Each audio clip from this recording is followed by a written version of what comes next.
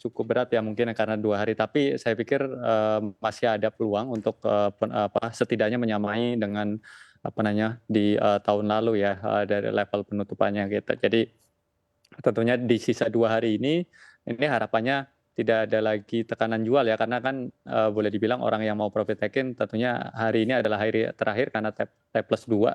Jadi, harapannya di sisa 2 hari terakhir ini indeks kita bisa, benar-benar kinerjanya, baik gitu Mbak Maria.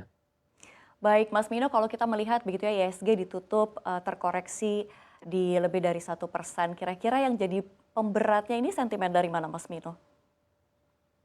Ya kalau dari sisi sentimen memang, untuk ke hari ini ya, ini, lebih didominasi oleh eksternal, walaupun sebenarnya, hal yang mempengaruhi itu, sesuatu yang sudah lama ya terjadi di market, yaitu terkait dengan kekhawatiran, bahwa ekonomi Amerika itu akan, resesi.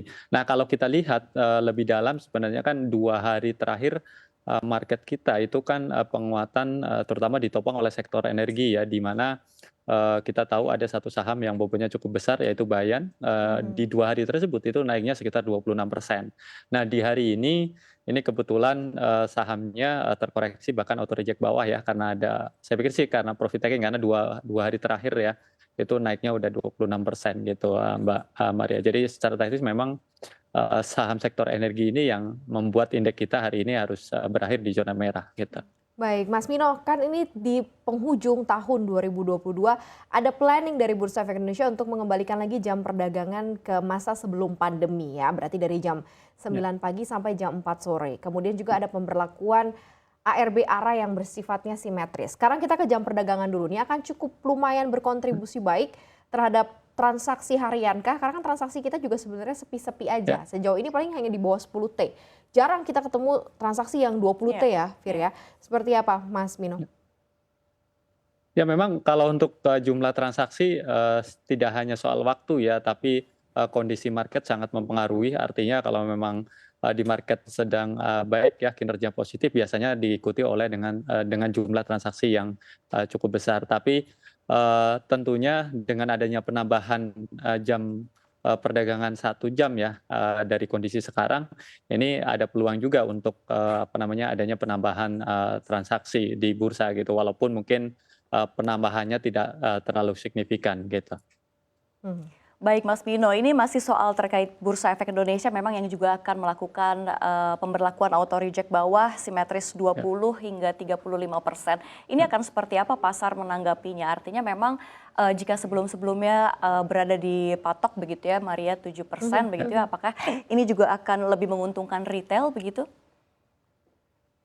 Ya, kalau kita balik ke belakang ya, itu kan tujuan, auto reject yang tidak simetris itu karena kondisi market yang, bergejolak ya. Kondisi saat ini kan sudah jauh lebih kondusif ya.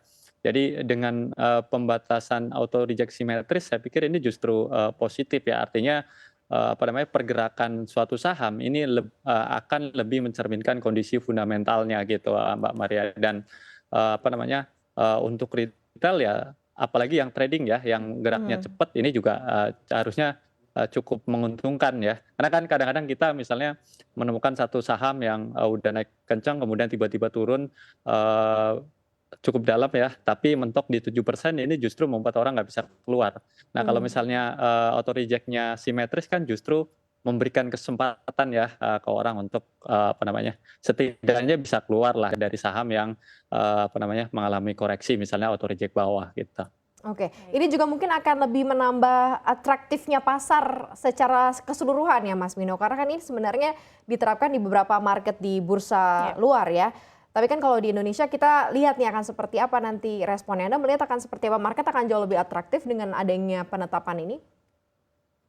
Ya saya pikir, demikian ya Mbak Maria, karena ya tadi, kondisi, market kan boleh dibilang udah cukup stabil ya, makro fundamental di dalam negeri juga udah cukup kuat. Artinya ya memang diperlukan kondisi di mana harga suatu saham ini, benar-benar bergerak seimbang ya, dalam artian tadi yang batas auto reject, atas bawah itu harus simetris gitu, Mbak Maria. Baik, Mas Mino, kalau kita melihat begitu ya, tadi balik lagi ke nilai transaksi kita yang sepi-sepi Ya, aja ya. gitu, bahkan di bawah 10 triliun. Mhm. Dan kalau kita lihat juga hingga penutupan sesi pertama juga sangat kecil sekali. Ini apakah memang semua investor sudah meninggalkan transaksi di pasar modal? Apakah memang sudah pada berlibur nih Mas Mino? Kalau Anda melihatnya seperti apa? Kalau menurut saya ini lebih karena faktor libur ya, karena kita tahu kan apa namanya di bulan Desember ini ada libur Natal dan Tahun Baru, jadi sebagian besar apa namanya orang yang transaksi di saham kelihatannya memang udah apa namanya udah meliburkan diri. Dan ini sebenarnya bukan hanya terjadi di bulan Desember tahun ini ya, di Desember tahun-tahun sebelumnya juga ada kecenderungan di bulan Desember memang eh, sepi, terutama di akhir-akhir minggu terakhir Desember ya, karena orang banyak yang udah libur. Jadi bukan karena faktor, apa namanya, investor itu meninggalkan pasar modal kita, gitu. Baik, sentimen yang mungkin masih akan cukup menekan kondisi indeks harga saham gabungan atau market kita dari globalnya akan seperti apa? Karena kan sekarang banyak sekali sejumlah kekhawatiran Ya. terkait mengenai resesi dan mungkin juga sudah banyak sekali investor yang akhirnya akan mengalihkan aset tidak lagi di riski aset gitu ya. Sudah mulai ada yang moderat, mungkin lebih ke konservatif begitu. Apakah juga Anda mulai Ya. melihat gitu ya fenomena ini, Mas Mino?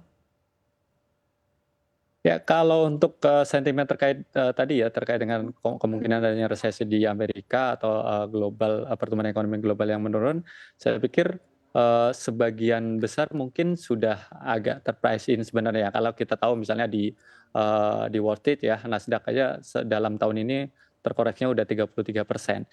Nah, kalau di market itu kan biasanya justru ketika data-data yang diekspektasikan sebelumnya itu terjadi ya, anggap aja misalnya di Amerika adalah ekspektasinya adalah bahwa ekonomi Amerika di tahun depan itu ada resesi, kemudian dan itu terbukti, saya pikir itu justru akan tidak akan lagi menjadi apa namanya, eee, apa namanya, sentimen yang momentumnya besar gitu. Jadi walaupun negatif tapi saya pikir tidak akan sebesar di tahun 2022, terutama dari sisi eksternalnya untuk market kita gitu Mbak Maria.